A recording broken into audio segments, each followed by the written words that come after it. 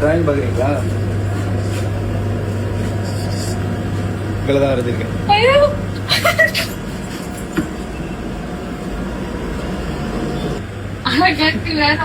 நீங்க இதை வச்சுக்கலாம். சத்தியமா தான்.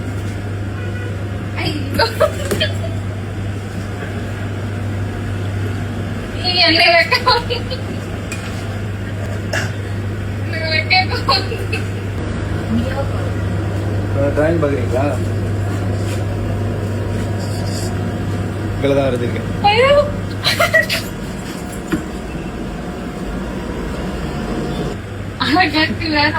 நீங்க இதை வச்சுக்கலாம். சத்தியமா தான்.